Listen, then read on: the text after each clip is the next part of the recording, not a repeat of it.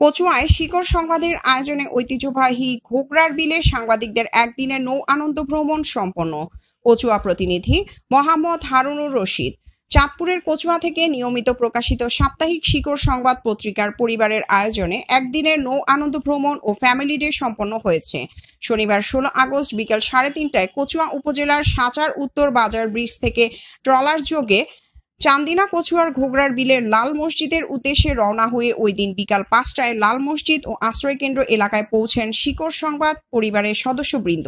পরে চান্দিনা ও কচুয়ার মধ্যবর্তী স্থানে অবস্থিত ঘোগরার বিলের লাল মসজিদে গিয়ে পুকুরে সাঁতার কাটা, প্রকৃতি উপভোগ, আনন্দ উচ্ছ্বাসে মেতে ওঠেন এবং লাল মসজিদ এলাকার বিভিন্ন দিক ঘুরে ও এই এলাকার গিয়ে বিভিন্ন স্থান পরিদর্শন করেন, আনন্দ ভাগাভাগি করেন সদস্যবৃন্দ।